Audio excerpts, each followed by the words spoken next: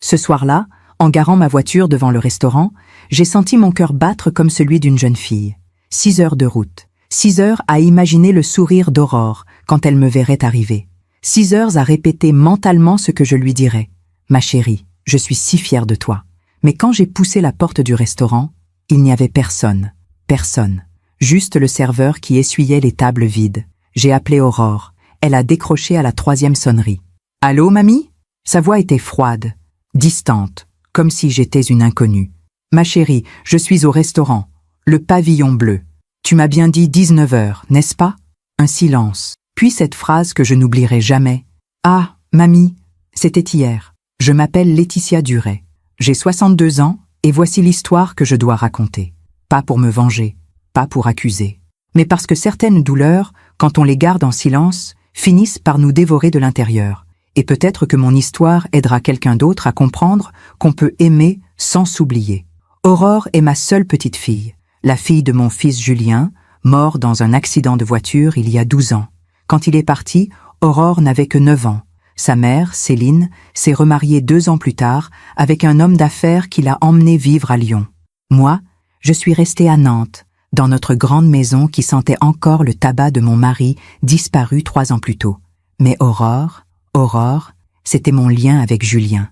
Chaque été, elle venait passer 2 semaines chez moi. On faisait des confitures de fraises dans la cuisine.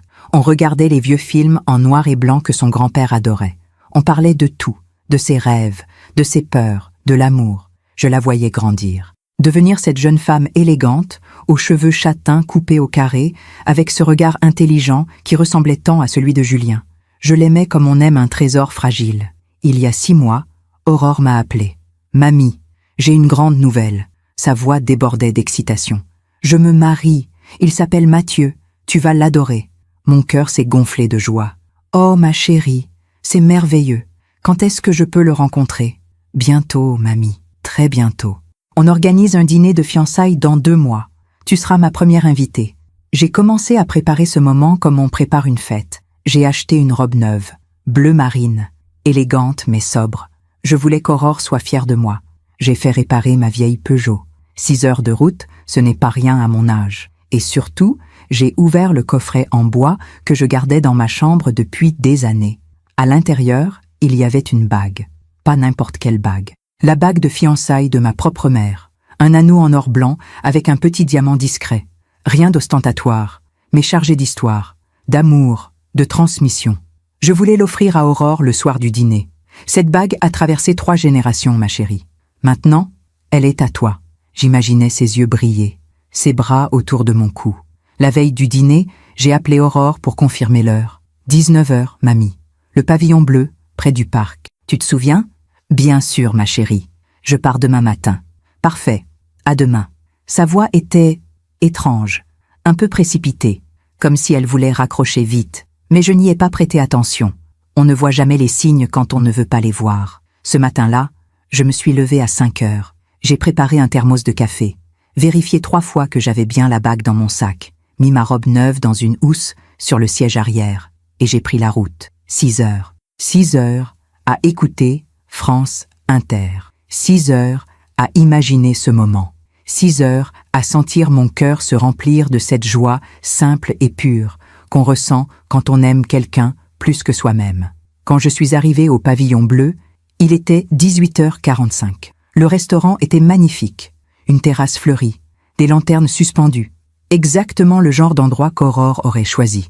J'ai garé ma voiture, pris mon sac, respiré profondément. Et je suis entrée. Il n'y avait personne. Le serveur m'a regardé avec un air étonné. « Bonsoir, madame. Vous avez une réservation ?»« Oui. Enfin, ma petite fille a réservé. Aurore Mercier. » Il a consulté son registre. « Ah oui, c'était hier soir, madame. Un grand groupe, une 15aine de personnes. » Mon sang s'est glacé. « Hier ? » ?»« Oui, madame. J'ai appelé Aurore. Mes mains tremblaient. « Allô, mamie ? Ma chérie, je suis au restaurant. Le pavillon bleu. Tu m'as bien dit 19 heures, n'est-ce pas ?» Un silence. Puis, « Ah, mamie, c'était hier. » Sa voix était plate, froide, comme si elle parlait à une démarcheuse téléphonique. « Hier ? Mais tu m'as dit le 17, aujourd'hui. » « Non, mamie, c'était le 16. Je t'ai envoyé un message hier matin pour te rappeler.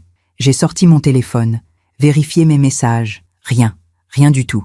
Aurore, je n'ai reçu aucun message. Un soupir. Écoute, mamie, je suis en pleine soirée avec les amis de Mathieu. On en reparlera plus tard, d'accord? Et elle a raccroché. Je suis restée là, debout dans ce restaurant vide, avec ma robe neuve dans ma housse et ma bague dans mon sac. Le serveur s'est approché. Ça va, madame? Vous voulez un verre d'eau? J'ai secoué la tête. Non, merci. Je me suis trompée de jour. J'ai souri. Parce que c'est ce qu'on fait quand on a mal. On sourit. On fait semblant. On protège sa dignité. Parfois, on fait confiance à ceux qui ne la méritent pas. Et vous, avez-vous déjà été déçu par quelqu'un que vous aimiez? Racontez-moi votre histoire dans les commentaires. J'aimerais vous lire. Je suis remontée dans ma voiture. J'ai posé mon front sur le volant. Et pour la première fois depuis la mort de Julien, j'ai pleuré. Pas de sanglots. Juste des larmes silencieuses qui coulaient, sans s'arrêter. 6 heures de route, pour rien. Mais ce soir-là, en reprenant l'autoroute vers Nantes, je ne savais pas encore. Je ne savais pas que ce n'était que le début. Que ce dîner manqué n'était qu'un signe. Le premier d'une longue série. Je suis rentrée chez moi vers minuit. La maison était plongée dans le noir, froide, silencieuse. J'ai allumé la lumière du salon et j'ai vu le canapé où Aurore s'asseyait toujours, les jambes repliées sous elle, une tasse de chocolat chaud entre les mains. J'ai vu la bibliothèque où elle choisissait des livres au hasard, juste pour sentir l'odeur du papier ancien. J'ai vu le piano droit dans le coin, celui sur lequel elle jouait maladroitement Clair de lune en été, en riant de ses propres fausses notes. Cette maison était remplie d'elle, de nous. J'ai posé mon sac sur la table de l'entrée. La bague était toujours à l'intérieur, dans son écrin de velours bleu nuit. Je l'ai sortie. Je l'ai tenue dans ma paume. Le diamant captait la lumière du lustre, minuscule, modeste, mais d'une beauté qui traversait le temps. Ma mère me l'avait offerte 3 jours avant sa mort. Laetitia, cette bague n'est pas juste un bijou, c'est une promesse, la promesse que l'amour se transmet, que rien ne se perd vraiment. Quand tu auras une petite fille, donne-la lui, et dis-lui qu'elle vient de très loin. J'avais attendu ce moment pendant 12 ans, depuis la mort de Julien, depuis qu'Aurore était devenue mon unique lien avec lui. Je me suis assise dans le fauteuil près de la fenêtre, celui où je m'installais toujours pour lire le soir, et j'ai laissé les souvenirs revenir. Aurore est née un 23 décembre. Julien m'avait appelé à 3 heures du matin, la voix tremblante d'émotion. « Maman, elle est là, elle est parfaite, elle te ressemble. » J'avais pleuré au téléphone, des larmes de joie pure. Le lendemain, j'avais pris le premier train pour Paris. Julien et Céline habitaient encore un petit appartement près de la Bastille, à l'époque. 2 pièces minuscules qui sentaient le lait et le savon pour bébé. Quand j'ai pris Aurore dans mes bras pour la première fois, elle a ouvert les yeux. Des yeux noisettes, comme ceux de Julien. « Bonjour, mon petit trésor », j'avais murmuré. « Je suis ta mamie, et je serai toujours là pour toi. » Les premières années, je les voyais souvent. Chaque week-end, je prenais le train. J'apportais des gâteaux faits maison, des vêtements tricotés, des livres d'histoire. Aurore grandissait vite, trop vite. À 3 ans, elle courait partout en riant. À 5 ans, elle me racontait déjà des histoires inventées avec des princesses et des dragons. « Mamie, tu sais quoi? Quand je serai grande, je vivrai dans ta maison, avec toi, pour toujours. Oh, ma chérie, tu seras peut-être mariée avec tes propres enfants. Non, je resterai avec toi, parce que tu fais les meilleures crêpes du monde. » Je riais, je la serrais contre moi. Je respirais l'odeur de ses cheveux qui sentaient la vanille. Puis, Julien est mort. Un camion qui avait grillé un feu rouge.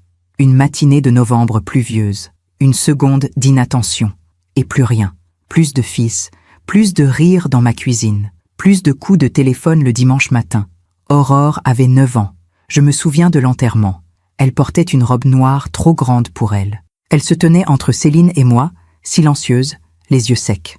Elle n'a pas pleuré. Pas ce jour-là. Mais le soir, quand tout le monde était parti, elle est venue me trouver dans la cuisine. « Mamie, papa va revenir ?» J'ai posé mon torchon, je me suis agenouillée devant elle. « Non, ma chérie, papa ne reviendra pas. » Pourquoi ? Parce que parfois, la vie fait des choses qu'on ne comprend pas. Mais papa t'aimait tellement, Aurore. Et cet amour-là, il est toujours là. Dans ton cœur. Elle m'a regardée avec ses grands yeux noisettes. « Et toi, mamie, tu vas partir aussi ?»« Non, mon trésor. Moi, je reste. Toujours. » Elle s'est jetée dans mes bras. Et là, elle a pleuré. Longtemps. Je l'ai bercée, en lui chantonnant une vieille berceuse que ma propre mère me chantait. Après la mort de Julien, Céline a changé. Elle était plus distante, plus froide, comme si la douleur l'avait vidée de toute chaleur. Elle a rencontré Philippe 2 ans plus tard. Un homme d'affaires, élégant, riche, poli, mais distant. Laetitia, Philippe a une opportunité à Lyon. On va déménager. Mon cœur s'est serré. Et Aurore, elle vient avec nous, évidemment. Je veux dire, je pourrais toujours la voir? Céline a hésité. Bien sûr, mais vous comprenez, avec la distance, ce sera moins fréquent. Moins fréquent. C'est devenu 1 fois par mois, puis 1 fois tous les 2 mois, puis juste les vacances. Mais chaque été, Aurore venait passer 2 semaines chez moi. Et ces 2 semaines, c'était ma vie. Je préparais sa chambre des semaines à l'avance. Je changeais les draps. Je mettais des fleurs fraîches sur la commode. J'achetais ses biscuits préférés, les petits sablés à la confiture de framboise. Quand elle arrivait, je la serrais si fort qu'elle riait. « Mamie, tu m'étouffes ?»« Pardon, ma chérie. C'est juste que tu m'as manqué. » On faisait tout ensemble. Le matin, on allait au marché. Aurore choisissait les fruits. Elle aimait toucher les pêches pour vérifier qu'elles étaient mûres. « Celle-là, mamie, elle est parfaite. Tu as un don, ma chérie. » L'après-midi, on jardinait. Aurore adorait arracher les mauvaises herbes. Elle disait que ça la calmait. À Lyon, on n'a pas de jardin, juste un balcon avec des pots. C'est pas pareil. Tu sais, ma chérie, tu peux venir ici quand tu veux. Cette maison est aussi la tienne. Elle souriait. Je sais, mamie. Le soir, on s'installait dans le salon. Je lui lisais des poèmes de Prévert. Elle adorait les feuilles mortes. Mamie, pourquoi les gens écrivent des poèmes tristes? Parce que la tristesse, ma chérie, c'est aussi de la beauté. C'est ce qui nous rappelle qu'on est vivant, qu'on a aimé. Elle réfléchissait, la tête appuyée sur mon épaule. Moi, je n'écrirai que des poèmes joyeux. Alors, je serai ta première lectrice. Quand elle a eu 16 ans, Aurore a commencé à changer. Elle parlait moins. Elle regardait son téléphone tout le temps. Elle soupirait quand je lui proposais d'aller au marché. « Mamie, je peux rester ici? J'ai des devoirs. » « Bien sûr, ma chérie. » Mais je savais qu'elle n'avait pas de devoirs. Elle passait juste ses journées sur Instagram, à regarder des photos de ses amis à la plage. Céline m'avait prévenu. « Laetitia, c'est l'adolescence. Ça passe. » Et c'était vrai.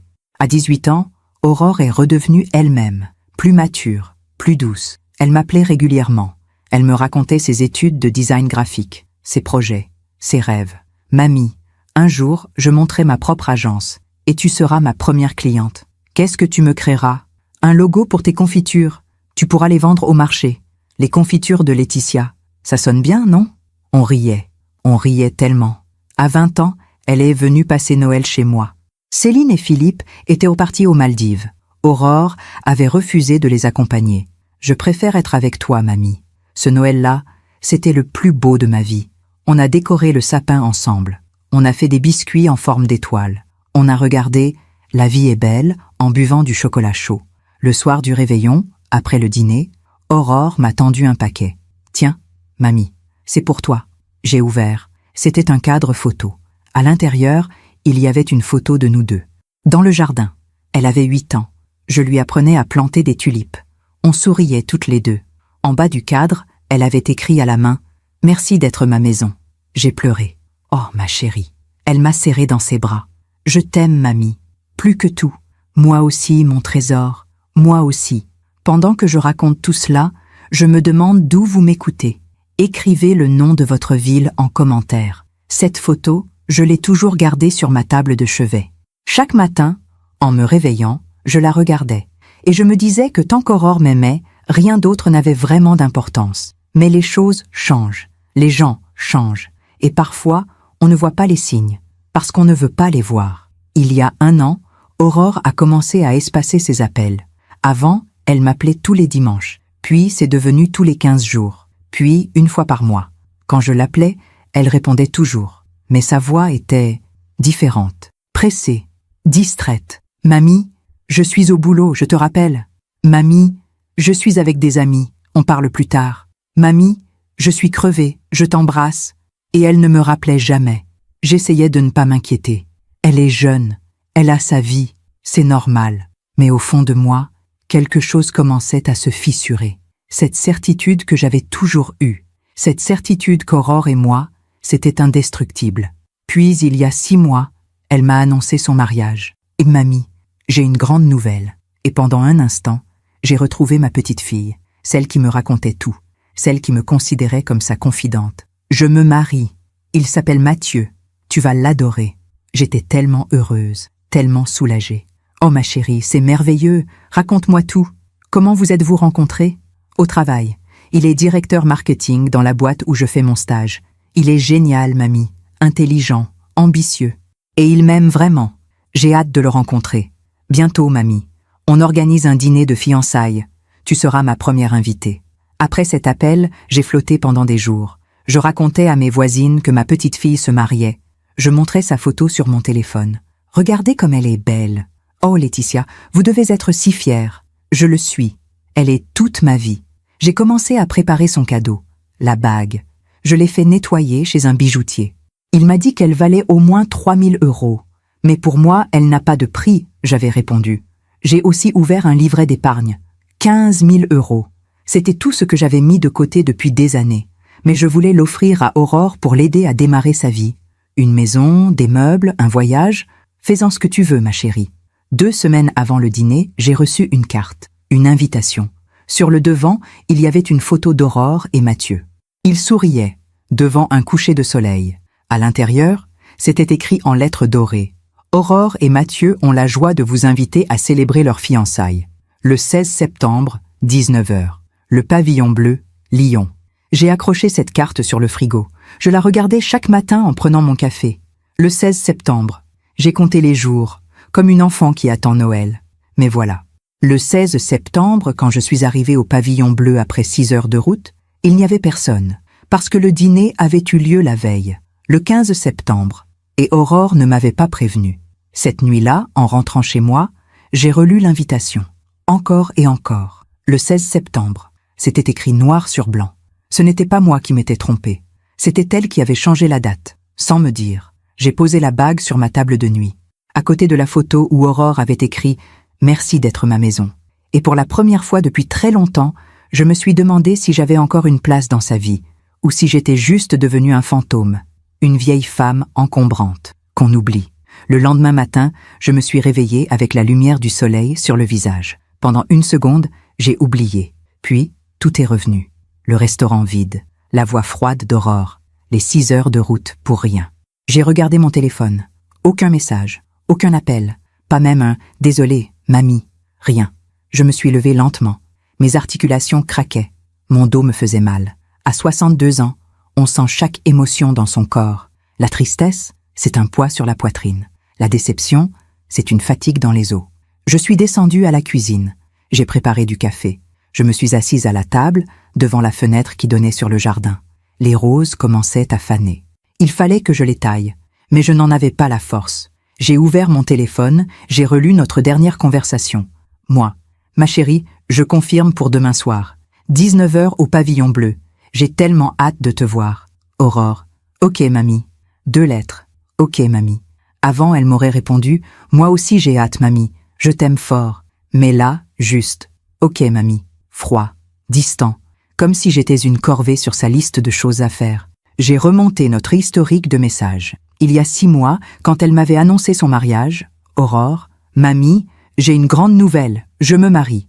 Moi, oh ma chérie, quelle merveilleuse nouvelle, je suis si heureuse pour toi. Aurore, merci mamie. Tu es la première personne à qui je l'annonce, parce que tu comptes plus que tout pour moi. Tu comptes plus que tout pour moi. Comment était-on passé de ça à ok mamie en 6 mois? J'ai essayé de trouver des explications. Elle est débordée. Les préparatifs d'un mariage, c'est stressant. Elle a fait une erreur avec les dates. Ça arrive. Elle va m'appeler pour s'excuser. Mais au fond de moi, une petite voix murmurait quelque chose que je ne voulais pas entendre. Ce n'était pas une erreur. À 11 h, j'ai reçu un message. Mon cœur a bondi. C'était elle. Enfin, j'ai ouvert le message. Aurore. Salut mamie. Désolée pour hier. J'espère que tu n'es pas venue pour rien. Bisous. J'ai relu. 3 fois. J'espère que tu n'es pas venue pour rien. Elle espérait. Elle ne savait pas. Elle ne m'avait même pas demandé. Mamie, tu es venue? Ça va? Je suis désolée. Non, juste. J'espère que tu n'es pas venue pour rien. Mes mains tremblaient. J'ai écrit une réponse. Ma chérie, oui, je suis venue. J'ai fait 6 heures de route. Quand je suis arrivée, le restaurant était vide. Le serveur m'a dit que c'était la veille. Pourquoi tu ne m'as pas prévenue? J'ai relu. Ça avait l'air accusateur. J'ai effacé, j'ai réécrit. Ma chérie, il y a eu un malentendu. Sur l'invitation, c'était écrit le 16, mais le serveur m'a dit que c'était le 15. Je suis un peu perdue. J'ai relu. Ça avait l'air pathétique. J'ai effacé. Finalement, j'ai écrit « Ne t'inquiète pas, ma chérie. J'espère que la soirée était belle. Je t'embrasse fort. » J'ai appuyé sur « Envoyer ». Elle a répondu 2 heures plus tard. « Aurore. Oui, c'était génial. Mathieu était tellement content. Merci, mamie. Merci, mamie. Merci pourquoi ? Pour ne pas avoir fait de scandale ? Pour avoir avalé l'humiliation en silence ? J'ai posé mon téléphone. J'ai regardé par la fenêtre. Une pie s'était posée sur la pelouse. Elle picorait quelque chose dans l'herbe. Libre, insouciante. J'enviais cet oiseau. Les jours suivants, j'ai essayé de continuer normalement. Je suis allée au marché. J'ai jardiné. J'ai lu. Mais tout me ramenait à Aurore. Chaque coin de cette maison portait son empreinte. Sa chambre, où ses livres d'adolescence étaient encore rangés sur l'étagère. La cuisine, où on faisait des crêpes ensemble le dimanche matin. Le salon, où elle s'allongeait sur le canapé en regardant des séries. « Mamie, viens t'asseoir avec moi. J'arrive, ma chérie. Le temps de finir ma vaisselle. »« Laisse la vaisselle. Viens. » Et je m'asseyais, et elle posait sa tête sur mon épaule. « Tu sens bon, mamie. Tu sens la maison. » Maintenant, cette maison était juste, vide, pleine de souvenirs, mais vide. Une semaine après le dîner manqué, j'ai appelé ma voisine, Marguerite. Marguerite a 75 ans, veuve depuis 10 ans. On prend le café ensemble tous les jeudis. « Laetitia, vous avez l'air fatiguée. Ça va ?» J'ai hésité, puis j'ai raconté. Le dîner, les 6 heures de route, le restaurant vide, le message froid d'Aurore. Marguerite m'a écouté sans m'interrompre. Quand j'ai fini, elle a posé sa tasse. « Laetitia, vous voulez mon avis honnête ? » « Oui. Votre petite fille vous a manqué de respect. » J'ai baissé les yeux. Je pense qu'il y a eu un malentendu. Un malentendu ? Laetitia, vous avez l'invitation. C'était écrit le 16. Si elle a changé la date, elle aurait dû vous prévenir. Et surtout, elle aurait dû s'excuser. Vraiment s'excuser. Elle est peut-être débordée. Marguerite a secoué la tête. Débordée ou pas, on ne traite pas sa grand-mère comme ça. Surtout pas une grand-mère qui a fait 6 heures de route. Ces mots m'ont fait mal. Parce qu'au fond, je savais qu'elle avait raison. Mais admettre ça, c'était admettre que quelque chose s'était cassé entre Aurore et moi. Et je n'étais pas prête. Marguerite, Aurore a perdu son père à 9 ans. Elle a été arrachée de Paris pour aller vivre à Lyon avec un beau-père qu'elle connaissait à peine. Elle a grandi sans stabilité. Je suis tout ce qui lui reste de Julien. Je ne peux pas lui en vouloir. Marguerite m'a pris la main. Laetitia, je comprends. Mais parfois, on pardonne trop. On excuse trop. Et les gens finissent par penser qu'ils peuvent tout se permettre. J'ai avalé ma salive. Qu'est-ce que je devrais faire alors ? Attendez. Observez. Et si ça se reproduit ? Poser des limites ? Des limites. Le mot sonnait étrange dans ma bouche. Comment pose-t-on des limites à quelqu'un qu'on aime plus que soi-même ? 2 semaines plus tard, Aurore m'a appelé. C'était un samedi après-midi. J'étais dans le jardin, en train de tailler les rosiers. « Allô, mamie ?» Sa voix était gaie, légère, comme si rien ne s'était passé. « Bonjour, ma chérie. Ça va ? » « Oui, et toi ? » ?»« Super. Écoute, mamie, je t'appelle parce qu'on a fixé la date du mariage. » Mon cœur s'est accéléré. « Ah oui ? Quand ? » ?»« Le 15 décembre. Ça te va ? » ?»« Bien sûr, ma chérie, je serai là. »« Génial. On va t'envoyer une invitation officielle. »« D'accord. » Un silence. Puis j'ai osé. « Aurore, pour le dîner de fiançailles. Je suis désolée de ne pas avoir été là. » Elle a ri. Pas un rire joyeux, un rire gêné. « Ah oui, c'était un peu le bazar avec les dates. Mais c'est pas grave, mamie. L'important, c'est que tu sois là pour le mariage. »« Bien sûr. Bon, je te laisse. J'ai rendez-vous chez le traiteur. Bisous. » Et elle a raccroché. J'ai posé mon téléphone. J'ai regardé mes mains. Elles étaient sales de terre, griffées par les épines des rosiers. Je saignais un peu au niveau du pouce, mais je ne sentais rien. C'était un peu le bazar avec les dates. Voilà. Pas d'excuses, pas de « je suis désolée, mamie, j'aurais dû te prévenir ». Juste, c'était un peu le bazar. Et l'important, c'est que tu sois là pour le mariage. Comme si ma présence était juste une case à cocher sur sa liste. Cette nuit-là, je n'ai pas dormi. Je repensais à tout, à la dernière année, aux appels de plus en plus espacés, aux réponses de plus en plus courtes, aux « ok mamie » et aux « bisous mamie » sans émotion. Et maintenant, ce dîner manqué qu'elle balayait d'un « c'était un peu le bazar ». Il y avait eu d'autres signes, des petits, des détails que j'avais ignorés. Il y a 8 mois, pour mon anniversaire, Avant, Aurore m'appelait toujours le matin, à 7 heures pile, dès qu'elle se réveillait. « Joyeux anniversaire, mamie. Tu as quel âge déjà? 80 ans? Arrête de te moquer, petite insolente. » On riait. Elle me chantait « Joyeux anniversaire » avec une voix fausse exprès. Puis elle me demandait « Qu'est-ce que tu veux comme cadeau? » « Ta présence, ma chérie. C'est tout ce que je veux. » Mais cette année-là, pour mes 62 ans, elle m'avait envoyé un message à 14 heures. « Joyeux anniv, mamie. » C'est tout. Pas d'appel, pas de chanson. Juste un message. J'avais attendu toute la matinée, en pensant qu'elle m'appellerait. Mais non. Il y a 6 mois, quand elle m'avait annoncé son mariage, je lui avais proposé de l'aider à organiser. « Ma chérie, si tu veux, je peux venir à Lyon quelques jours. On pourrait visiter des salles ensemble, choisir ta robe. » Elle avait hésité. « C'est gentil, mamie, mais Céline veut s'en occuper. Tu sais comment elle est. »« Ah, d'accord. Mais tu seras là pour le mariage, c'est ça le plus important. » Encore cette phrase. C'est ça le plus important. Comme si tout le reste, les préparatifs, les moments partagés, l'implication, ne comptaient pas. Il y a 4 mois, je lui avais envoyé un colis, des confitures de fraises, ses préférées. J'en avais fait 10 pots, avec les fraises de mon jardin. J'avais écrit une petite carte, pour ma petite fille adorée, que ces confitures te rappellent nos étés ensemble. Je t'aime, mamie. Elle m'avait envoyé un message 3 semaines plus tard. Merci pour les confitures, mamie. 3 semaines. Et juste, merci pour les confitures. Pas, elles sont délicieuses. Pas, ça me rappelle tellement de souvenirs. Juste, merci.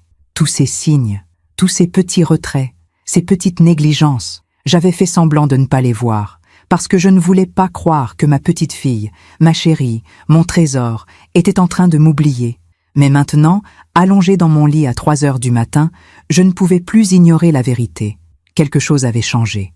Et ce n'était pas juste un peu le bazar avec les dates. C'était plus profond, plus douloureux. Je me suis levée, je suis descendue au salon, j'ai allumé la lumière. Sur le manteau de la cheminée, il y avait une rangée de photos encadrées. Aurore à 2 ans, avec une glace à la vanille sur le nez. Aurore à 8 ans, dans le jardin, avec un chapeau de paille trop grand. Aurore à 16 ans, le jour de son bac, souriante. Aurore à 20 ans, à Noël, avec le cadre photo qu'elle m'avait offert. Merci d'être ma maison. J'ai pris cette photo dans mes mains.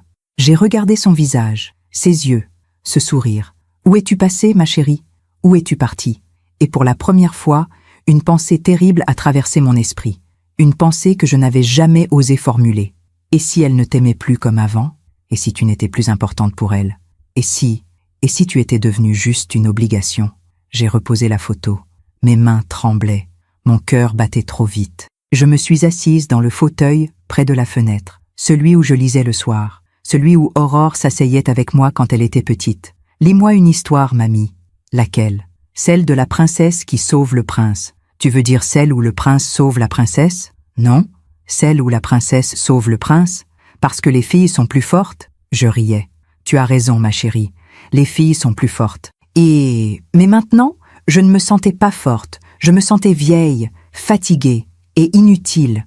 Le lendemain, j'ai reçu l'invitation officielle pour le mariage. Une enveloppe épaisse, crème, élégante. À l'intérieur, un carton avec des lettres dorées en relief. Aurore Mercier et Mathieu Legrand ont la joie de vous inviter à célébrer leur union. Le 15 décembre, 15 heures. Château de Montclair, Lyon. Au dos, il y avait une petite note manuscrite, de l'écriture d'Aurore. « Mamie, j'espère que tu pourras venir.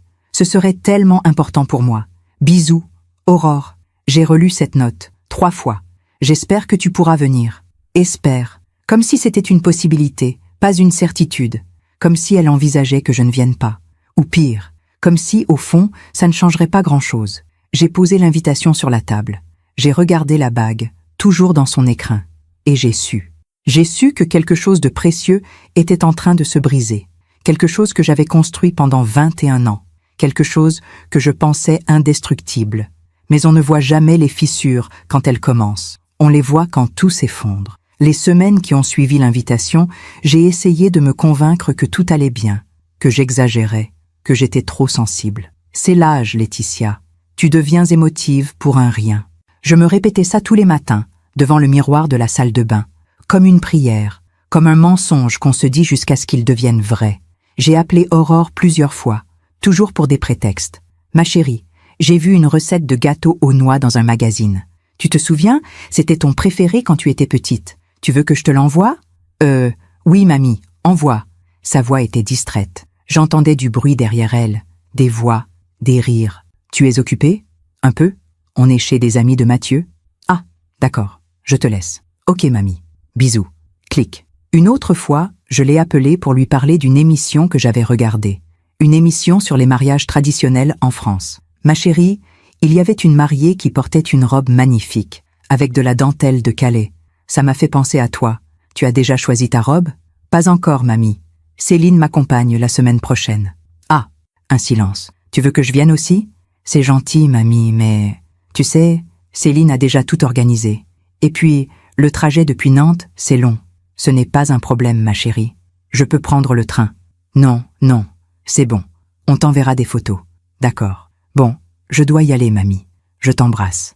Clic. Chaque fois, c'était pareil. Des conversations courtes, des excuses polies, des promesses vagues. On t'enverra des photos. On se voit bientôt. Je te rappelle. Et je restais là, avec mon téléphone dans la main, et ce poids sur la poitrine qui grandissait. Mais je continuais à appeler, à envoyer des messages, à faire semblant que tout était normal, parce que c'est ce qu'on fait quand on a peur de perdre quelqu'un. On s'efface, on se fait petite, on espère que si on est assez gentille, assez discrète, assez accommodante, la personne finira par nous voir, par nous aimer de nouveau. Pendant que je raconte tout cela, je me demande d'où vous m'écoutez. Écrivez le nom de votre ville en commentaire. Un matin, j'ai reçu un message de Céline, la mère d'Aurore. On ne se parlait pas beaucoup, juste les politesses d'usage, les vœux à Noël, les « Comment allez-vous » sans vraiment attendre de réponse. Mais ce jour-là, elle m'a écrit « Céline. Bonjour Laetitia, j'espère que vous allez bien. Aurore m'a dit que vous seriez présente au mariage. Je voulais juste vous informer que nous organisons aussi un déjeuner de famille la veille, le 14 décembre à midi.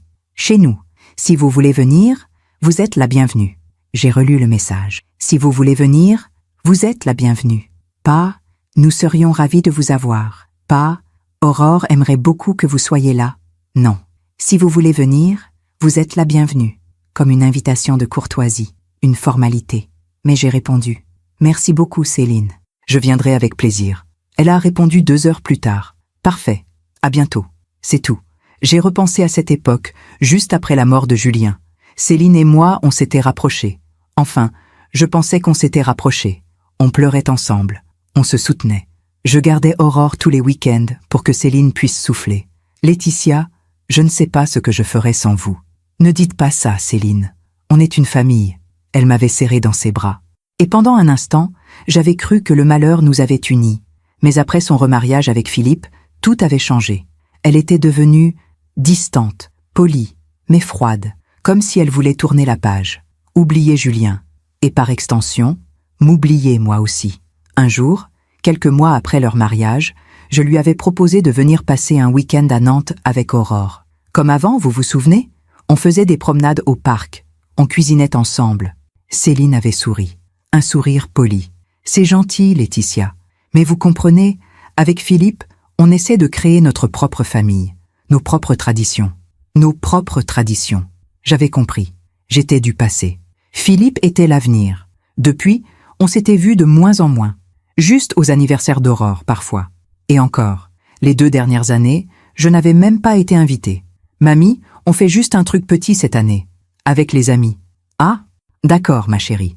Mais maintenant, pour le mariage, Céline m'invitait au déjeuner de famille. J'aurais dû être contente. J'aurais dû me dire, enfin, on me considère encore. Mais au fond, je savais.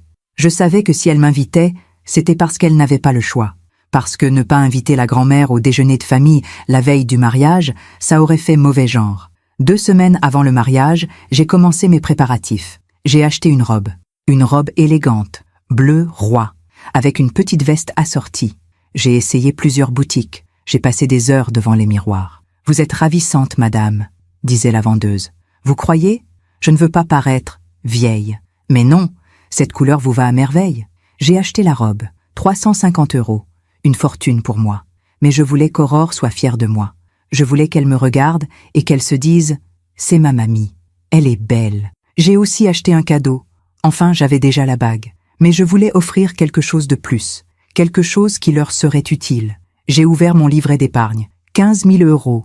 Toutes mes économies. J'ai retiré 10 000. J'ai préparé un chèque. Et j'ai écrit une carte. Ma chérie adorée. Voici ma contribution pour ton nouveau départ avec Mathieu. Que cet argent vous aide à construire votre nid. Une maison. Des meubles. Ou simplement un beau voyage. Tu es tout ce que j'ai de plus précieux au monde. Je t'aime plus que les mots ne peuvent le dire. Mamie. J'ai relu cette carte 10 fois, 20 fois. J'avais l'impression d'être pathétique, d'en faire trop. Mais je ne pouvais pas m'en empêcher. J'avais besoin qu'elle sache, qu'elle comprenne, que malgré tout, malgré la distance, malgré les silences, je l'aimais. La veille du départ pour Lyon, j'ai appelé Aurore. « Allô, mamie ? Bonjour, ma chérie. Je voulais juste confirmer. Je pars demain matin pour Lyon. »« Ah oui, c'est vrai. » Un silence. « Tu as hâte ?» Elle a ri. « Hâte ? Mamie, je suis stressée à mort. Il y a encore 1000 choses à régler. Ne t'inquiète pas, ma chérie. Tout va être parfait. J'espère. Bon, écoute, je dois filer. Je te vois demain au déjeuner, d'accord ? D'accord. Bisous, mamie. Clic. J'ai posé mon téléphone. J'ai regardé autour de moi. Ma valise était prête, posée près de la porte. À l'intérieur, il y avait ma robe neuve, mes chaussures, mon nécessaire de toilette. Et dans mon sac à main, j'avais glissé l'écrin avec la bague et l'enveloppe avec le chèque. Cette nuit-là, je n'ai presque pas dormi.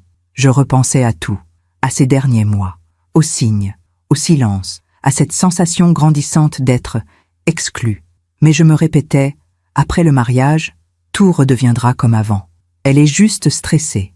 C'est normal. Une fois qu'elle sera mariée, installée, elle aura plus de temps. On se verra plus souvent. Je me raccrochais à ça, à cet espoir, parce que c'était tout ce que j'avais. Le lendemain matin, je me suis levée à 6 heures. J'ai pris une douche, préparé mon café, vérifié une dernière fois ma valise. Tout était prêt. J'ai fermé la maison à clé. Je suis montée dans ma voiture et j'ai pris la route. Lyon. 4 heures de trajet. J'ai mis France Musique, du Debussy, du Satie. De la musique douce pour calmer mon cœur qui battait trop vite. J'avais l'impression d'aller à un examen, comme si je devais prouver quelque chose. Être à la hauteur, ne pas décevoir. En chemin, je me suis arrêtée dans une station-service. J'ai bu un café, mangé un croissant. Il y avait une jeune femme à la table d'à côté. Elle parlait au téléphone. « Maman, arrête de stresser. Tout va bien se passer. Oui, j'ai pensé aux fleurs. Oui, j'ai confirmé avec le traiteur. Maman, je t'aime, mais tu dois me faire confiance. » Elle a raccroché en souriant. Puis elle a vu que je la regardais. « Désolée, ma mère est un peu envahissante. » J'ai souri. « C'est normal. Les mères s'inquiètent toujours. » Oui, mais des fois, j'aimerais juste qu'elle me laisse respirer, vous voyez ? J'ai hoché la tête. Mais au fond de moi, j'ai pensé, au moins, ta mère est dans ta vie. Au moins, elle peut t'envahir. Je suis repartie. J'ai roulé encore 2 heures. Et enfin, j'ai vu les panneaux. Lyon, 30 km. Mon cœur battait de plus en plus fort. Je suis arrivée chez Céline et Philippe à 11h30. Une grande maison moderne, tout en verre et en béton, avec un jardin impeccable. J'ai garé ma voiture dans l'allée. J'ai pris une grande inspiration. J'ai vérifié mon reflet dans le rétroviseur. Mes cheveux étaient bien coiffés. Mon maquillage discret. « Ça va aller, Laetitia. » J'ai sonné. Philippe a ouvert. « Bonjour, Laetitia. »« Bonjour, Philippe. » On s'est serré la main. Froidement, poliment, comme 2 étrangers. « Entrez. Les autres sont dans le salon. » Je suis entrée. Le salon était immense, lumineux, avec des canapés en cuir blanc et une grande baie vitrée qui donnait sur une piscine. Il y avait une dizaine de personnes, des gens que je ne connaissais pas, des amis de Philippe sans doute. Et au fond, près de la cheminée, il y avait Aurore. Elle portait un jean et un pull en cachemire beige. Ses cheveux étaient attachés en chignon. Elle riait avec un homme que je ne connaissais pas. Mathieu, probablement. « Aurore », j'ai appelé doucement. Elle s'est retournée, elle m'a vue.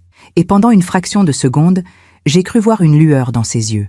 Quelque chose comme de la tendresse.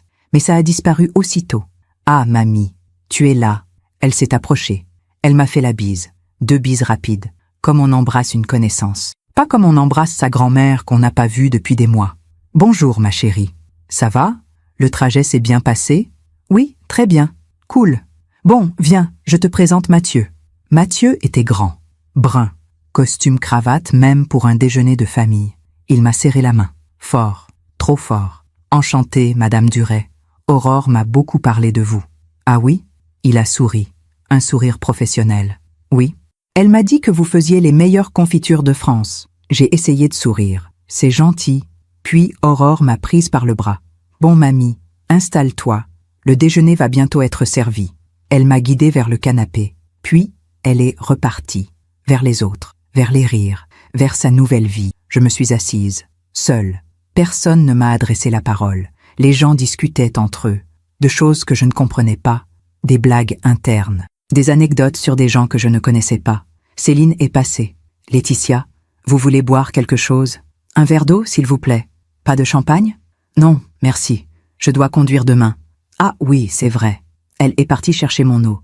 Je suis restée là, assise, les mains sur mes genoux, à regarder ces gens rire et parler. Et Aurore, au milieu d'eux, rayonnante, sans un regard pour moi. Au bout d'un moment, une femme s'est assise à côté de moi. Elle avait environ 50 ans. Blonde, élégante. Bonjour, vous êtes de la famille? Oui, je suis la grand-mère d'Aurore. Ah, enchantée. Je suis Isabelle, la tante de Mathieu. Enchantée. Un silence. Vous devez être fière. Aurore est une jeune femme charmante. Oui, elle est merveilleuse. Isabelle a souri. Et elle épouse un homme merveilleux. Mathieu a un bel avenir devant lui. Directeur marketing à 32 ans, c'est impressionnant. Oui, ils vont bien ensemble. Ils sont assortis. Assortis. J'ai répété le mot. Mais je ne savais pas ce qu'il voulait dire. Le déjeuner a été servi. Un buffet, des plats raffinés, du saumon fumé, des crevettes, des salades composées. Tout était beau, tout était parfait. Mais je n'avais pas faim. Je me suis servi un peu de salade. Je me suis rassise. Aurore était à l'autre bout de la pièce. Elle riait, elle parlait. Elle était heureuse. Et moi, j'étais invisible. À un moment, nos regards se sont croisés. J'ai souri. Elle a souri aussi. Puis elle a détourné les yeux. Après le déjeuner, les gens ont commencé à partir. Je suis allée voir Aurore. Ma chérie, je vais y aller aussi. Je vais m'installer à l'hôtel. Ah oui, c'est vrai. Tu es où? À l'hôtel du Parc, pas loin du château de Montclair. Ok. Bon, repose-toi bien. Demain, c'est le grand jour. Oui? Un silence. Ma chérie, ça va? Tu n'es pas trop stressée? Elle a soupiré. Si, un peu, mais ça va aller. Si tu as besoin de quoi que ce soit, merci, mamie. Mais tout est sous contrôle. Sous contrôle. Encore ces mots. Froid. Distant. Je suis partie. J'ai remonté l'allée jusqu'à ma voiture. Personne ne m'a raccompagnée. Personne ne m'a dit au revoir. Juste Céline qui m'a fait un signe de la main depuis le seuil. J'ai roulé jusqu'à l'hôtel. Une petite chambre. Propre. Impersonnelle. J'ai posé ma valise. Je me suis assise sur le lit. Et j'ai pleuré. Je pleurais parce que je venais de comprendre. Comprendre que je m'étais trompée. Que j'avais cru à quelque chose qui n'existait plus. Que cette petite fille qui me disait « Tu es ma maison », cette petite fille n'existait plus. À sa place, il y avait une jeune femme qui avait une nouvelle vie, une nouvelle famille. Et dans cette nouvelle vie, je n'avais plus ma place. J'étais juste un vestige du passé. Une obligation, une case à cocher. Cette nuit-là, allongée dans ce lit d'hôtel, j'ai regardé le plafond et je me suis demandé pourquoi j'étais venue, pourquoi je m'accrochais, pourquoi je continuais à espérer. Mais je connaissais la réponse. Parce que j'aimais.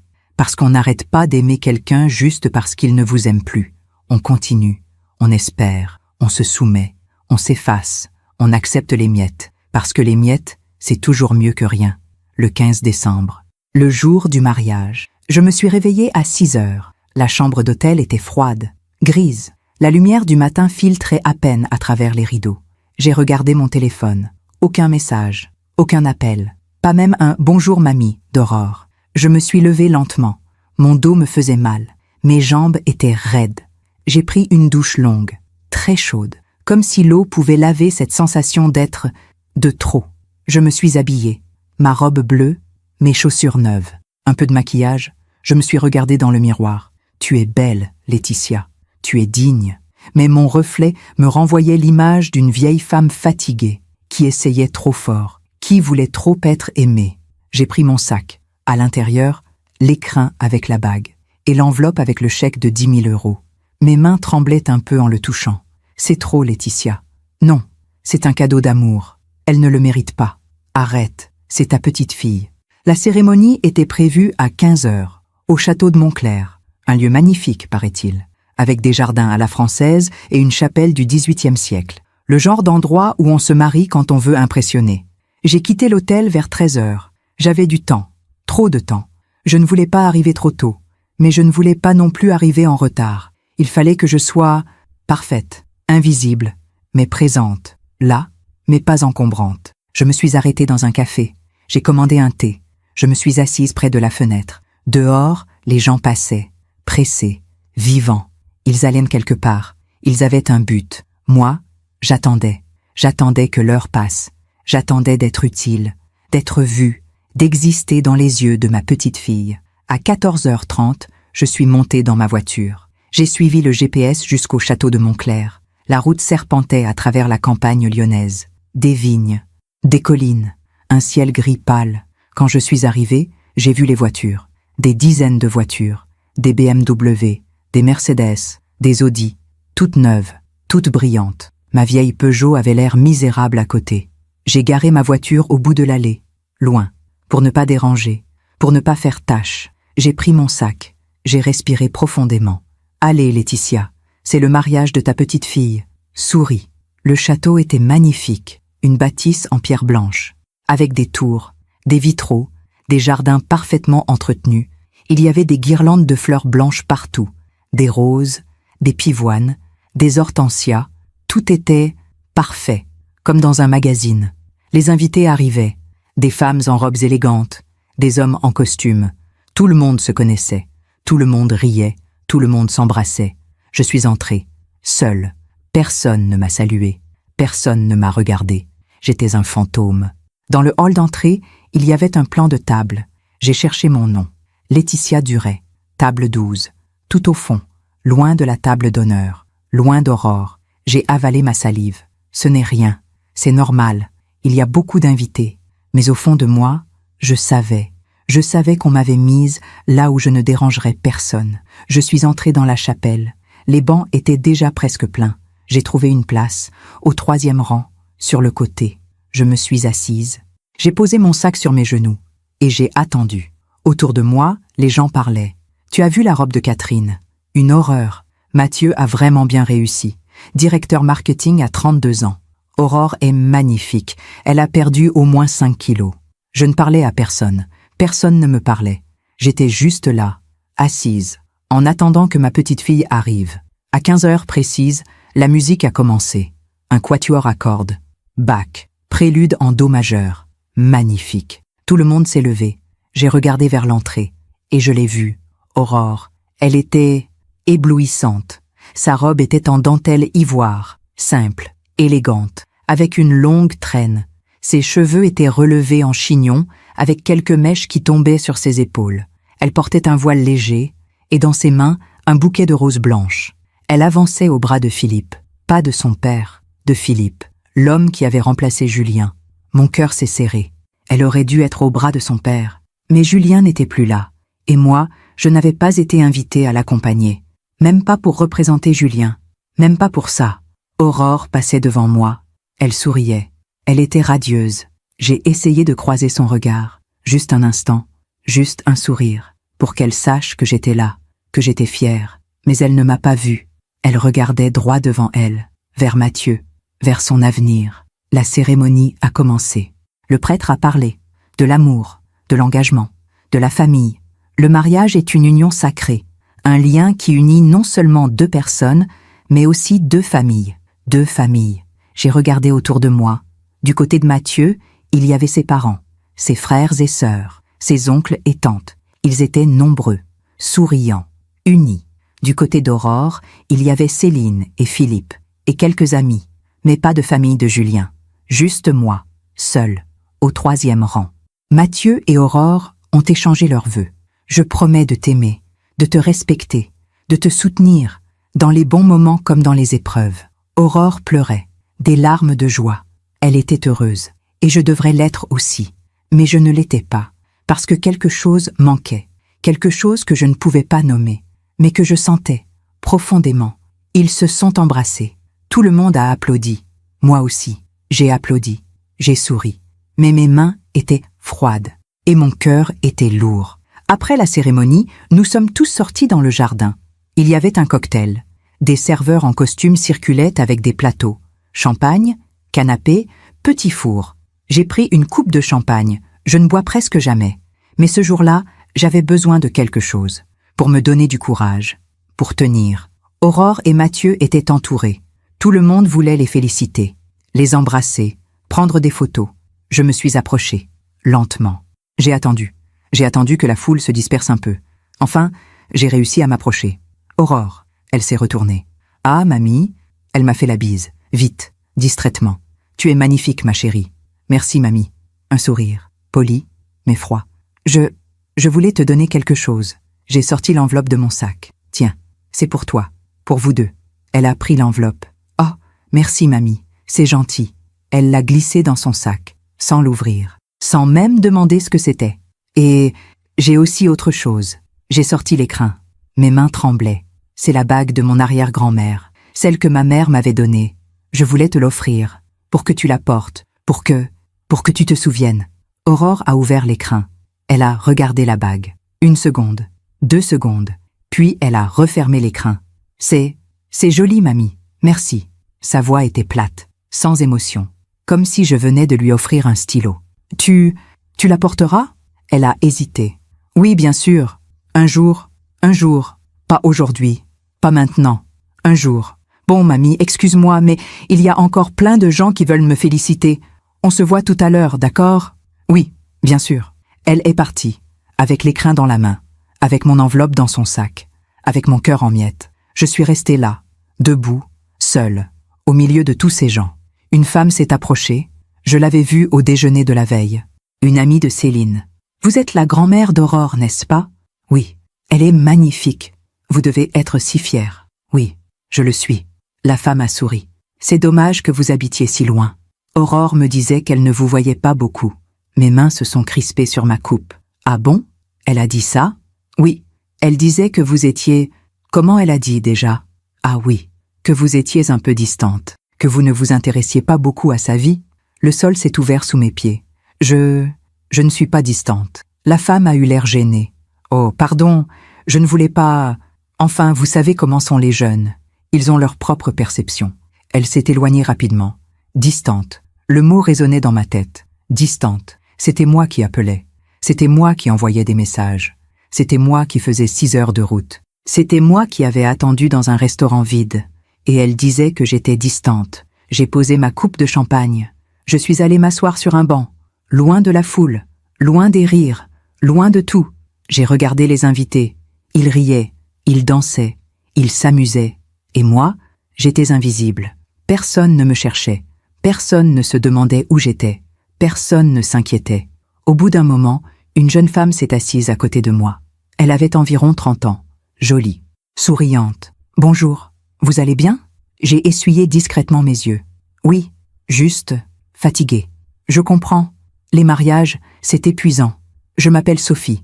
Je suis une collègue d'Aurore. Enchantée. Je suis Laetitia, sa grand-mère. » Sophie a souri. « Ah, Aurore m'a parlé de vous. Mon cœur a bondi. »« Ah oui? Oui. Elle m'a dit que vous habitiez à Nantes, que vous aviez un grand jardin. C'est vrai. Ça doit être magnifique. » Un silence. Sophie. « Est-ce qu'elle parle souvent de moi ?» Sophie a hésité. Pas vraiment. Enfin, vous savez, au travail, on parle surtout de nos projets, de nos clients. » Oui, bien sûr. Puis Sophie a ajouté doucement, « Mais je sais qu'elle vous aime beaucoup. » Ah bon? Oui. Elle m'a dit une fois que vous étiez importante pour elle. J'ai voulu la croire. J'ai voulu croire que c'était vrai, que quelque part, au fond d'elle, Aurore m'aimait encore. Mais les mots sonnaient creux, comme une phrase de politesse, comme un mensonge gentil qu'on dit pour consoler une vieille femme. Le dîner a été servi. Table 12, tout au fond de la salle. J'étais assise entre 2 hommes que je ne connaissais pas, des collègues de Mathieu. Ils parlaient entre eux, de chiffres, de stratégie marketing, de projets. Personne ne m'a adressé la parole. J'ai mangé en silence. Le saumon était délicieux. Le vin était excellent. Mais tout avait le goût de cendre. À un moment, Aurore et Mathieu se sont levés. Ils ont fait un discours. Merci à tous d'être là. Merci à nos familles. Merci à nos amis. Aurore a regardé Céline. Elle a regardé Philippe. Elle a regardé les parents de Mathieu. Mais elle ne m'a pas regardé. Un merci spécial à maman, qui a tout organisé. Ce mariage est magnifique grâce à toi. Tout le monde a applaudi. Céline s'est levée. Elle a embrassé Aurore. Elles ont pleuré ensemble. Et moi, j'ai applaudi aussi. Avec un sourire figé, avec ce poids sur la poitrine qui m'écrasait. Merci à maman, qui a tout organisé. Pas un mot pour moi, pas un regard, rien. Après le dîner, il y a eu la danse, la première danse des mariés, sur une chanson que je ne connaissais pas, une chanson moderne, romantique. Ils dansaient, enlacés, heureux. Puis Aurore a dansé avec Philippe, puis avec les frères de Mathieu, puis avec ses amis. Elle ne m'a pas invité à danser. Elle ne m'a même pas cherché du regard. À 22h, je suis partie, discrètement, sans dire au revoir. Personne ne m'a retenu. Personne n'a remarqué mon absence. Je suis remontée dans ma voiture. J'ai conduit jusqu'à l'hôtel, lentement, comme un automate. Quand je suis arrivée dans ma chambre, j'ai enlevé ma robe. Je l'ai posée sur le lit. J'ai regardé mes chaussures neuves. Elles m'avaient fait mal toute la journée. Mais je n'avais rien dit, parce que je voulais être belle, parce que je voulais qu'Aurore soit fière de moi. Je me suis assise sur le lit. J'ai ouvert mon téléphone. J'ai regardé mes messages. Rien. Pas même un « Merci pour ta présence, mamie ». J'ai regardé l'heure. 22h30. La fête continuait sans doute. Les gens dansaient, riaient, célébraient. Et moi, j'étais seule, dans une chambre d'hôtel, à pleurer. Je pleurais parce que je venais de comprendre quelque chose que j'avais refusé de voir pendant des mois, des années peut-être. Aurore ne m'aimait plus. Ou en tout cas, pas comme je l'aimais. Pour elle, j'étais devenue une obligation, un devoir, une vieille femme encombrante qu'on invite par politesse. 10 000 €, une bague de famille, 6 heures de route, des années d'amour. Et tout ce que j'avais eu en retour, c'était un « merci, mamie », distrait. Je me demande encore si j'ai fait le bon choix. Et vous, qu'auriez-vous fait à ma place? Cette nuit-là, je n'ai pas dormi. J'ai fixé le plafond, en repensant à tout, au dîner manqué, au déjeuner où j'étais invisible, au mariage où j'étais oubliée. Et une pensée m'est venue, une pensée terrible, une pensée que je n'avais jamais osé formuler. Et si elle m'avait menti? Et si le dîner de fiançailles, elle l'avait fait exprès? Et si elle avait changé la date pour que je ne vienne pas? Non, c'était impossible. Aurore ne ferait jamais ça. Ma petite fille, mon trésor. Mais alors, pourquoi? Pourquoi cette distance? Pourquoi cette froideur? Pourquoi ce mépris à peine voilé? Et surtout, pourquoi avait-elle dit à cette femme que j'étais distante? Pourquoi inversait-elle les rôles? Pourquoi faisait-elle de moi la coupable? Les questions tournaient dans ma tête, sans réponse, sans repos. À 3h du matin, j'ai pris mon téléphone. J'ai écrit un message. Ma chérie, c'était une belle journée. Je suis si heureuse pour toi. Je t'aime, mamie. J'ai relu, j'ai effacé, j'ai réécrit. Aurore, merci de m'avoir invitée. C'était magnifique. Je t'embrasse fort. J'ai relu, j'ai effacé. Finalement, je n'ai rien envoyé. À quoi bon? Elle ne répondrait pas. Ou alors, elle répondrait « Merci, mamie ». 3 jours plus tard, j'ai posé mon téléphone. J'ai fermé les yeux et j'ai attendu que l'aube arrive. Le lendemain matin, je suis rentrée à Nantes. 4 heures de route dans le silence. La radio éteinte. Juste le bruit du moteur et mes pensées. Des pensées qui tournaient, sans jamais trouver de repos. Quand je suis arrivée chez moi, la maison m'a semblé encore plus vide, plus froide. Comme si elle avait compris, elle aussi, que quelque chose s'était brisé. J'ai posé ma valise dans l'entrée. Je suis allée directement dans ma chambre et je me suis allongée sur le lit, sans enlever mes chaussures, sans enlever mon manteau. J'ai juste fermé les yeux et j'ai dormi, d'un sommeil lourd, sans rêve. Quand je me suis réveillée, il faisait nuit. J'ai regardé mon téléphone. 20h. J'avais dormi presque 10 heures. Un message, enfin, de Céline. Céline. Bonjour Laetitia. Merci d'être venue au mariage. Aurore et Mathieu sont partis en voyage de noces aux Maldives. Ils rentrent dans 2 semaines. Bonne fête. Pas un mot d'Aurore. Pas même un message pour dire au revoir. Pour dire merci. Pour dire qu'elle avait reçu mes cadeaux. Rien. J'ai relu le message de Céline. Bonne fête. On était le 16 décembre. Dans 9 jours, c'était Noël. L'année dernière, Aurore m'avait appelé le 23 décembre. Mamie, je ne pourrai pas venir pour Noël. Mathieu veut que je rencontre sa famille. Mais je pense fort à toi. Ce n'est pas grave, ma chérie. L'important, c'est que tu sois heureuse. Tu es sûre? Oui, on se verra après. Mais on ne s'était pas vu après. Ni en janvier, ni en février, ni en mars. Et maintenant, elle était aux Maldives. Sans même un message. Les jours suivants ont été étranges. J'essayais de reprendre ma routine. Le marché le mardi, le café avec Marguerite le jeudi, le jardin quand il ne pleuvait pas, mais tout me semblait vide, sans sens. Marguerite l'a remarqué. « Laetitia, vous n'allez pas bien. Racontez-moi. » Alors j'ai raconté. Le mariage, la table 12, le discours où Aurore n'avait remercié que Céline, la bague offerte avec indifférence, l'enveloppe glissée dans un sac sans même l'ouvrir. Cette femme qui m'avait dit qu'Aurore me trouvait distante. Marguerite m'a écouté en silence. Puis elle a posé sa tasse. « Laetitia, vous avez donné 10 000 euros ? » « Oui. Et elle ne vous a même pas remercié ? » ?»« Non, pas encore. »« Pas encore ? Laetitia, ça fait 4 jours. » J'ai baissé les yeux. « Marguerite, je ne comprends pas. Je ne comprends pas ce qui s'est passé. Comment on en est arrivé là ? Vous voulez mon avis ? Oui. Votre petite fille vous prend pour acquise. Elle sait que vous l'aimez. Elle sait que vous serez toujours là. Alors, elle ne fait plus d'efforts. Mais je suis sa grand-mère. Et alors, ça ne donne pas le droit d'être ingrate. Le mot m'a frappée. Ingrate. Non, elle n'est pas ingrate. Elle est juste occupée, stressée. Marguerite a secoué la tête. Laetitia, arrêtez de vous mentir. Ces mots étaient durs, mais vrais. Le 23 décembre, j'ai reçu un message d'Aurore. Aurore. Coucou mamie. On est rentré hier. C'était génial. Les Maldives, c'est magnifique. Merci encore pour le cadeau. Bisous. 7 jours après le mariage. 7 jours pour un simple « merci encore pour le cadeau », sans préciser lequel. La bague, les 10 000 euros, elle ne savait même plus. J'ai répondu « Moi, de rien ma chérie, je suis heureuse que tu aies passé un beau voyage. Tu vas bien ?» Elle a répondu 3 heures plus tard. Aurore. Oui, super. On est crevés, mais contents. On commence à installer l'appart. Avec mes 10 000 euros, mais elle ne le mentionnait pas. Moi, c'est bien. Si tu as besoin d'aide, Aurore, c'est gentil mamie. On gère. Bisous. Et voilà. Conversation terminée. Le 24 décembre, la veille de Noël. J'étais seule chez moi. J'avais préparé un petit repas, du saumon, des pommes de terre, rien d'extraordinaire. J'ai allumé quelques bougies, mis de la musique, bac, encore, et j'ai mangé seule, à la table de la cuisine, en regardant la chaise vide en face de moi, celle où Aurore s'asseyait quand elle venait. Mon téléphone a sonné. J'ai bondi. C'était elle. Peut-être. Non, c'était Marguerite. Laetitia, venez passer le réveillon avec nous. Je ne veux pas que vous soyez seule. C'est gentil, Marguerite. Mais ça va. Non, ça ne va pas. Je viens vous chercher dans 1 heure. Et elle est venue. Elle m'a emmenée chez elle. Sa fille était là. Son gendre, ses petits-enfants. Ils m'ont accueilli avec chaleur, comme si j'étais de la famille. Les enfants ont chanté des chants de Noël. On a mangé. On a ri.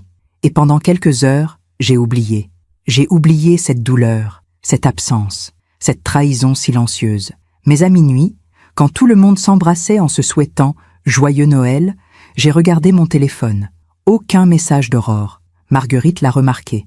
Elle s'est approchée. Elle m'a pris la main. Elle n'a rien dit. Mais ses yeux disaient tout. Le lendemain matin, le 25 décembre, j'ai reçu un message. Aurore. Joyeux Noël, mamie. À 11 heures. Pas à minuit. Pas le matin au réveil. À 11 heures. Comme une corvée qu'on accomplit. J'ai répondu. Moi. Joyeux Noël, ma chérie. Je t'embrasse fort. Elle n'a pas répondu. Ce jour-là, j'ai compris. Vraiment compris. Ce n'était pas de la négligence. Ce n'était pas du stress. Ce n'était pas de l'oubli. C'était du mépris. Subtil. Élégant.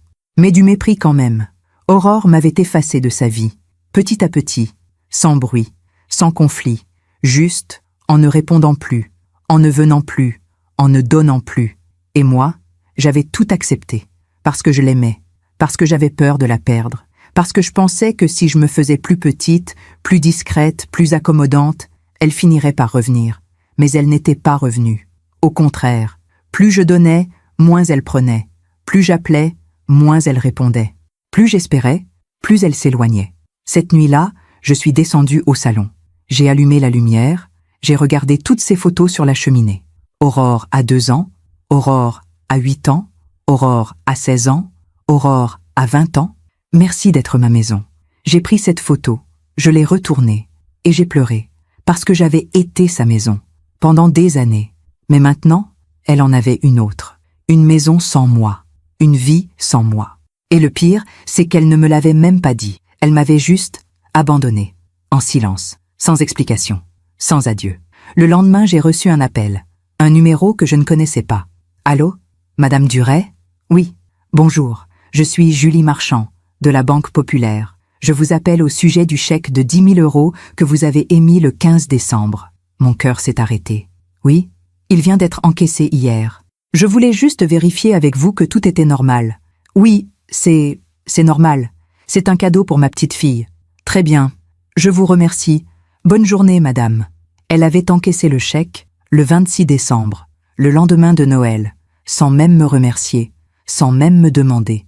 10 000 €, toutes mes économies, envolées, et pas un mot, pas un merci, rien. J'ai raccroché, je me suis assise, et j'ai compris qu'elle ne m'aimait plus, qu'elle ne me respectait plus, qu'elle me voyait juste comme une source, un distributeur, une vieille femme qu'on appelle quand on a besoin d'argent.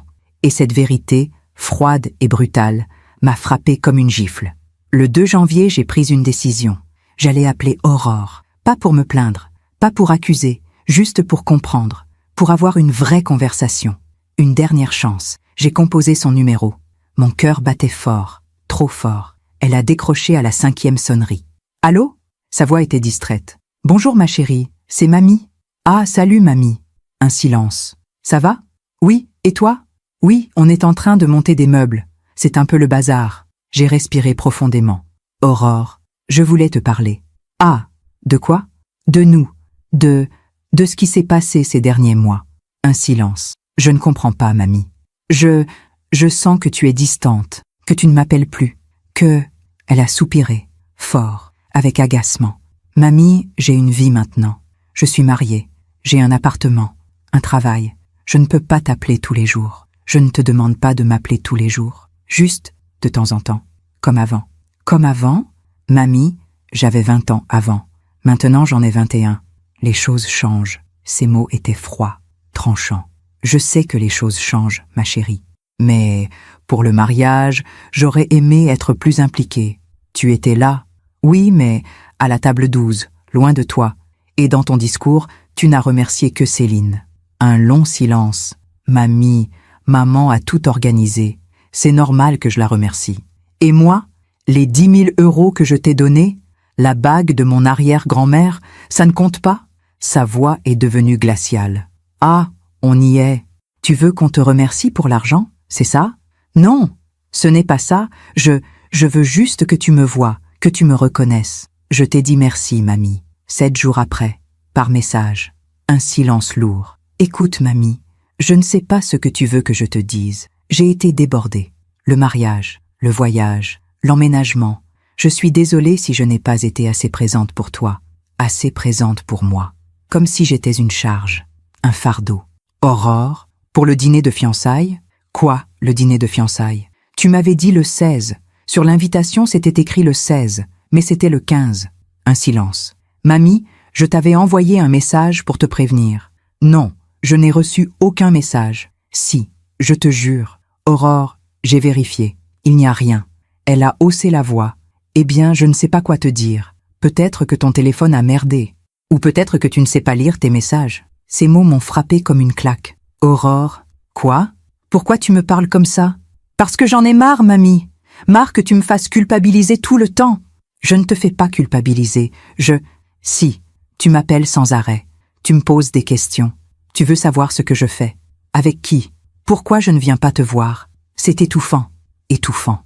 J'ai senti quelque chose se briser en moi, quelque chose de définitif. Étouffant. J'ai répété le mot, doucement, comme pour m'assurer que j'avais bien entendu. Oui, mamie. Étouffant. Depuis que papa est mort, tu t'accroches à moi, comme si j'étais tout ce qui te restait. Mais moi, j'ai ma vie, ma propre vie. Les larmes coulaient sur mes joues, mais ma voix était calme, terriblement calme. Tu as raison, Aurore. Je me suis accrochée à toi. Parce que tu étais tout ce qui me restait de Julien. Parce que je t'aimais. Parce que je pensais que toi aussi tu m'aimais. Mais je t'aime, mamie. Non, tu m'aimes par devoir, par obligation. Mais tu ne m'aimes pas vraiment. C'est n'importe quoi. Alors pourquoi tu ne m'appelles jamais? Pourquoi tu réponds à mes messages 3 jours plus tard? Pourquoi tu as encaissé mes 10 000 euros sans même me remercier vraiment? Un silence, long, pesant. Mamie, je ne sais pas quoi te dire. Alors ne dis rien. Ma voix tremblait, mais j'ai continué. Je vais te laisser vivre ta vie, Aurore. Je ne t'appellerai plus. Je ne t'enverrai plus de messages. Je ne te dérangerai plus. Mamie, ne fais pas ça. Pourquoi? Ça te changera quoi? De toute façon, tu ne réponds jamais. Tu es injuste. Injuste? J'ai ri. Un rire amer, triste. 6 heures de route pour un dîner qui avait eu lieu la veille. Une table au fond de la salle pour ton mariage. Pas un regard, pas un merci. Et moi, je suis injuste? Mamie? Non, Aurore. Ça suffit. J'ai compris. Tu as fait ta vie. Sans moi. Et c'est ton droit. Mais moi aussi, j'ai le droit de protéger mon cœur. Elle ne disait rien. Je te souhaite d'être heureuse, ma chérie. Vraiment. Avec Mathieu. Dans ta belle vie. Mais je ne peux plus. Je ne peux plus continuer à mendier ton affection. J'ai raccroché. Doucement. Sans colère. Juste, avec une tristesse infinie. Mon téléphone a sonné. C'était elle. Je n'ai pas décroché. Elle a rappelé, encore et encore. Puis elle a envoyé un message. Aurore, mamie, décroche s'il te plaît. J'ai éteint mon téléphone. Je l'ai posé sur la table. Et je suis montée dans ma chambre. Je me suis allongée sur le lit. J'ai regardé le plafond. Et j'ai pleuré. Pas des sanglots. Juste des larmes silencieuses. Qui coulaient. Encore et encore. J'avais tout perdu. Julien, mon mari. Et maintenant, Aurore, il ne me restait rien. Personne. Juste cette maison vide. Et ces souvenirs qui me déchiraient. Mais quelque part, au fond de moi, je savais. Je savais que j'avais fait ce qu'il fallait. Parce que l'amour ne doit pas détruire. L'amour doit élever. Et ce qu'Aurore me donnait, ce n'était pas de l'amour. C'était de l'indifférence, enrobée de politesse. Et je ne pouvais plus accepter ça. Je ne pouvais plus me contenter de miettes. Je ne pouvais plus me perdre pour quelqu'un qui ne me voyait même plus. Alors j'ai fait le choix le plus difficile de ma vie. J'ai lâché prise. Les jours suivants ont été étranges. J'attendais quelque chose. Un appel, un message, des excuses. Mais rien n'est venu. Aurore n'a pas insisté. Elle n'a pas cherché à me voir. Elle n'a pas écrit de longues lettres pour s'expliquer. Silence. Juste le silence. Et c'est ce silence qui m'a tout confirmé. Si elle m'avait vraiment aimé, elle se serait battue. Elle aurait pris le train. Elle serait venue sonner à ma porte. Elle aurait pleuré. Elle aurait dit « Mamie, pardon, je ne veux pas te perdre. » Mais elle n'a rien fait. Parce qu'au fond, elle était soulagée. Soulagée que je disparaisse. Soulagée de ne plus avoir cette obligation. Cette vieille femme qui appelait, qui demandait, qui aimait trop. Une semaine après notre conversation, j'ai reçu un message. De Céline. Céline. Bonjour Laetitia. Aurore m'a dit que vous vous étiez disputés. Je pense que vous avez tous les deux besoin de temps. Prenez soin de vous. Tous les deux besoin de temps. Comme si c'était équitable. Comme si j'avais fait quelque chose de mal. J'ai répondu. Moi. Bonjour Céline. Il n'y a pas eu de dispute. J'ai simplement dit la vérité. Et la vérité, c'est qu'Aurore n'a plus besoin de moi. Je respecte son choix.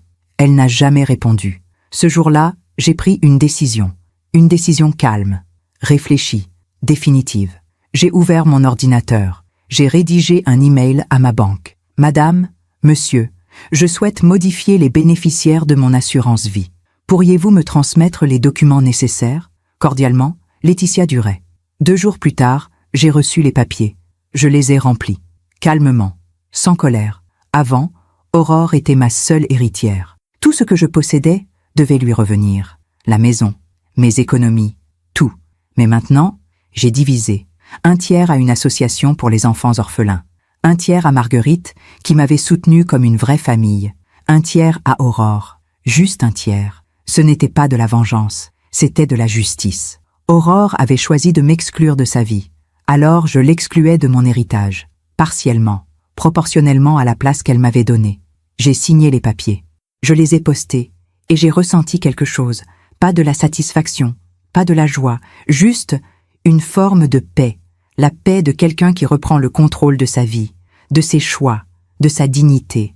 J'ai aussi fait autre chose, quelque chose que je n'avais jamais osé faire. J'ai appelé une agence de voyage. « Bonjour, je voudrais réserver un séjour. »« Oui, madame.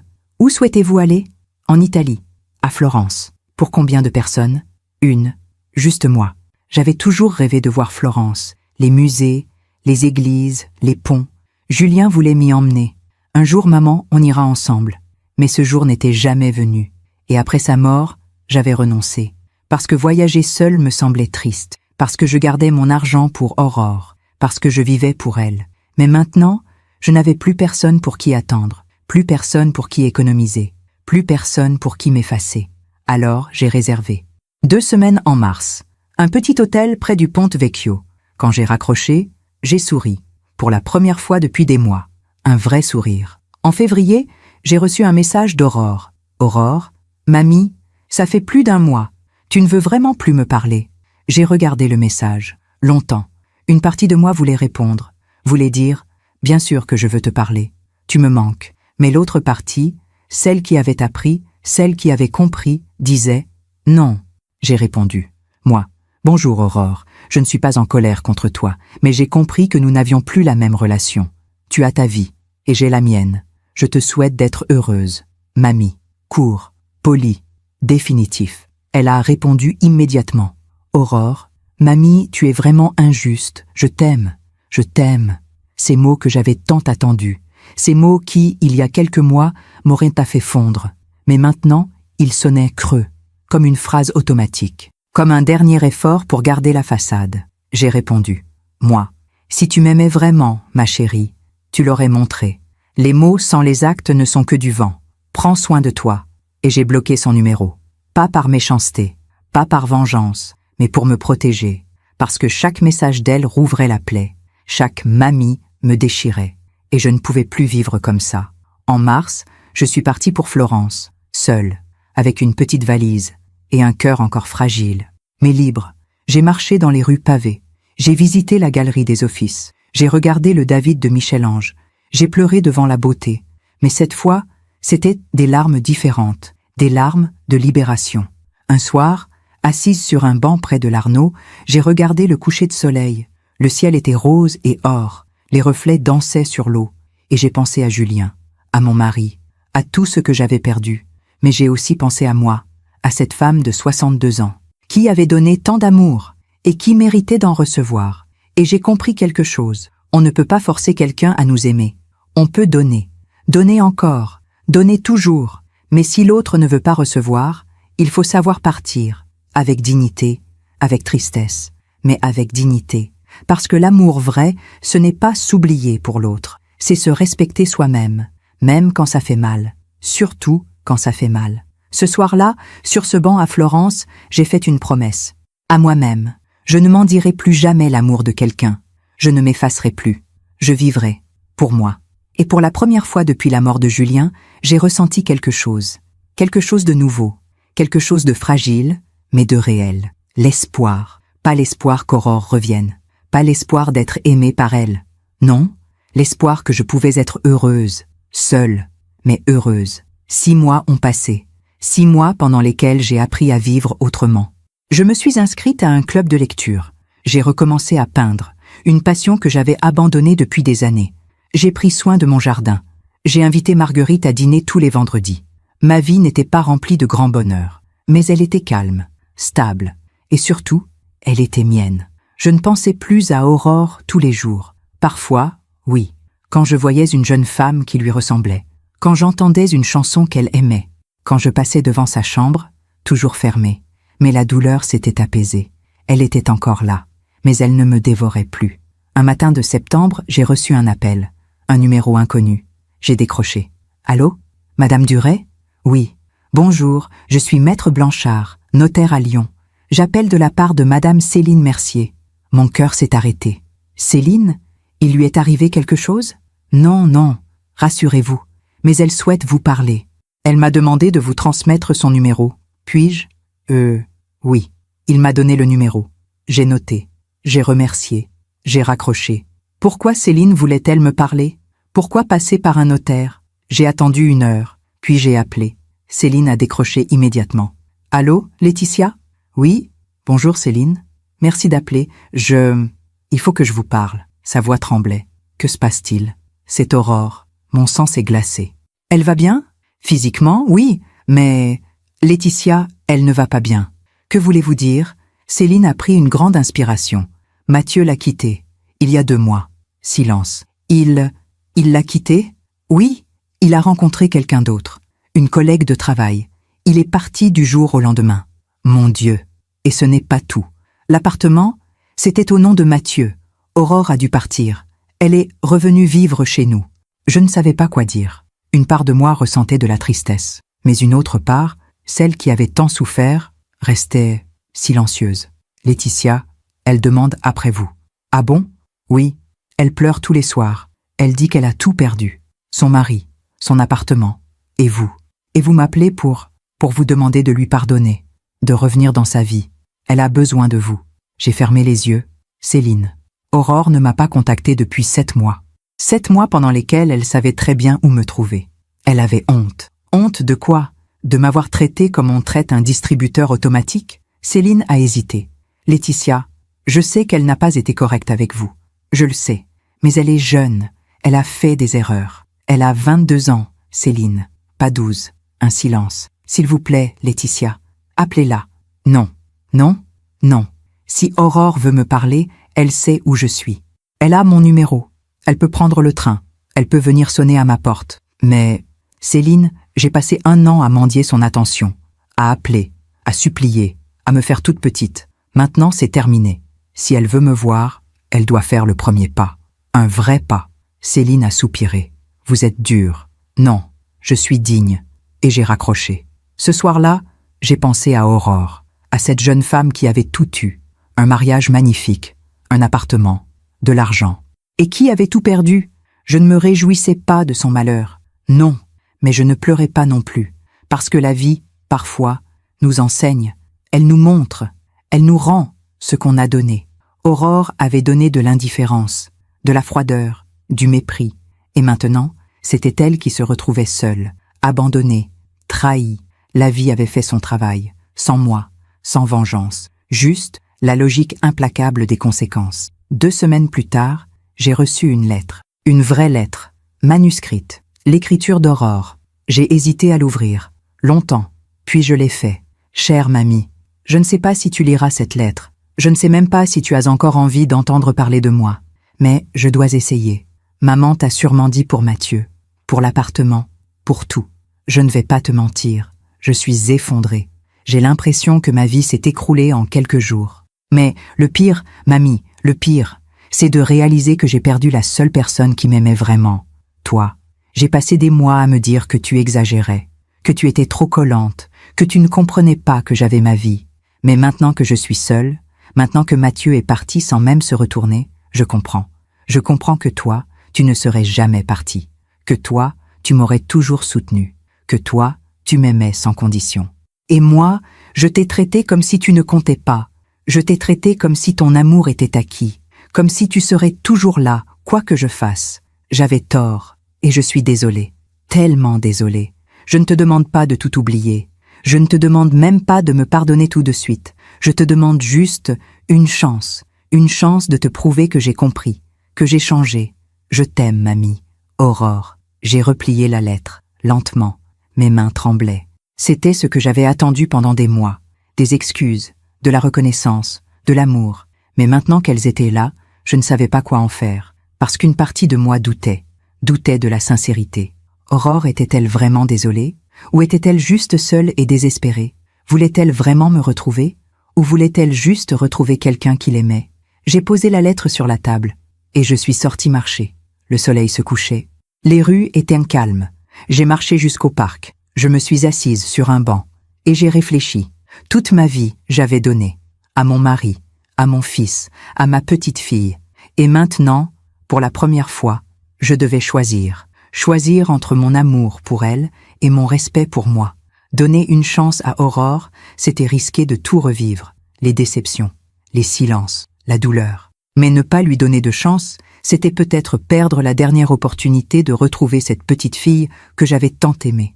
J'ai regardé le ciel. Les étoiles commençaient à apparaître. Et j'ai compris. Je ne savais pas encore ce que j'allais faire. Mais je savais une chose. Quelle que soit ma décision, elle serait prise avec dignité. Pas avec désespoir, pas avec besoin, mais avec lucidité.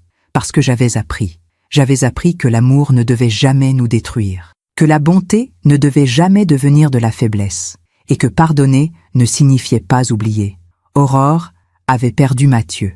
Elle avait perdu son appartement. Elle avait perdu sa vie parfaite. Et maintenant, elle comprenait. Elle comprenait ce que c'était de perdre quelqu'un, de regretter, de supplier. La vie lui avait enseigné ce que mes mots n'avaient jamais pu faire. Et moi, j'avais appris aussi. J'avais appris à me respecter, à poser des limites, à ne plus accepter l'inacceptable.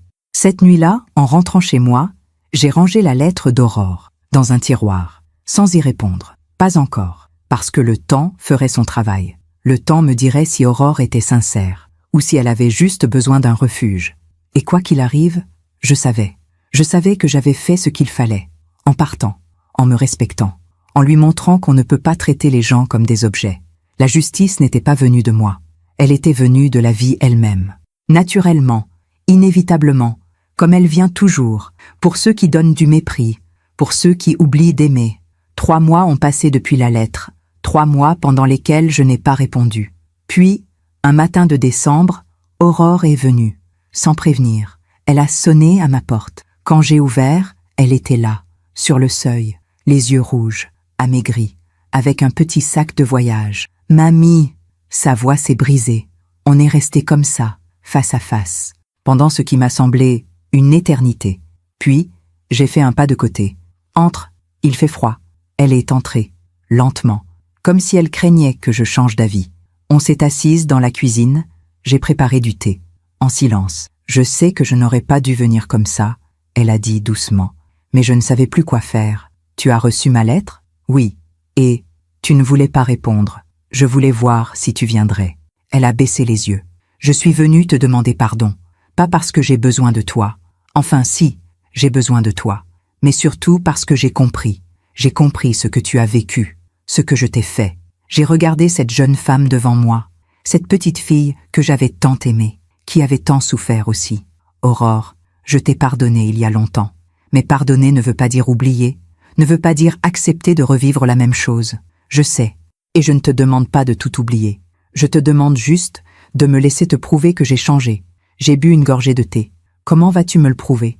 En étant là, en t'appelant, en venant te voir, sans attendre que tu me supplies. Ces mots étaient simples, mais ils sonnaient justes. Et si un jour tu rencontres quelqu'un d'autre, si ta vie redevient belle, est-ce que tu m'oublieras encore ? Elle a secoué la tête. Des larmes coulèrent sur ses joues. Non, mamie. Parce que j'ai compris quelque chose. Les gens qui t'aiment par intérêt partent, mais ceux qui t'aiment vraiment restent. Toi, tu es resté. Même quand je ne le méritais pas.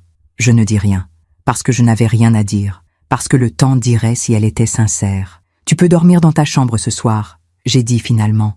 Mais demain, tu rentres chez ta mère. D'accord ? Et si tu veux qu'on se revoie, tu m'appelleras. 1 fois par semaine.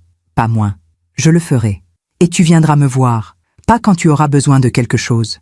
Juste pour me voir. Je le promets.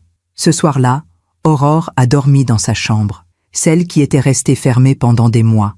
Le lendemain matin, avant de partir, elle m'a serré dans ses bras, fort, longtemps. Merci, mamie.